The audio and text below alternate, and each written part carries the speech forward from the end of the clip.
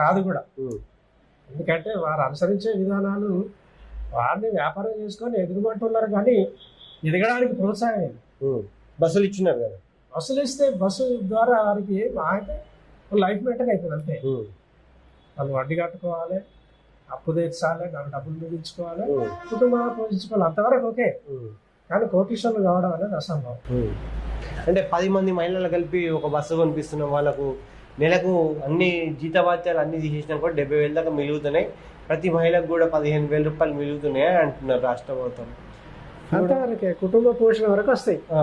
10 మందికి 15,000 చొప్పున వచ్చినా కూడా ఫ్యామిలీ మెయింటెనెన్స్ అంతవరకే తప్ప కోటీశ్వరుడు అనే మాట మాత్రం అది. ఇప్పుడు బస్సులు ఇచ్చిన ఈఎంఐలు ఇవన్నీ కూడా రాష్ట్ర ప్రభుత్వం భరిస్తున్నాం అంటుంది కదా, అది వాస్తవమా? కాదు, అది వాస్తవం కాదు. అది బ్యాంకు రుణము ఎట్లా కట్టాల్సిందే. ప్రభుత్వం కట్టినా మహిళలు కట్టుకున్నా రుణం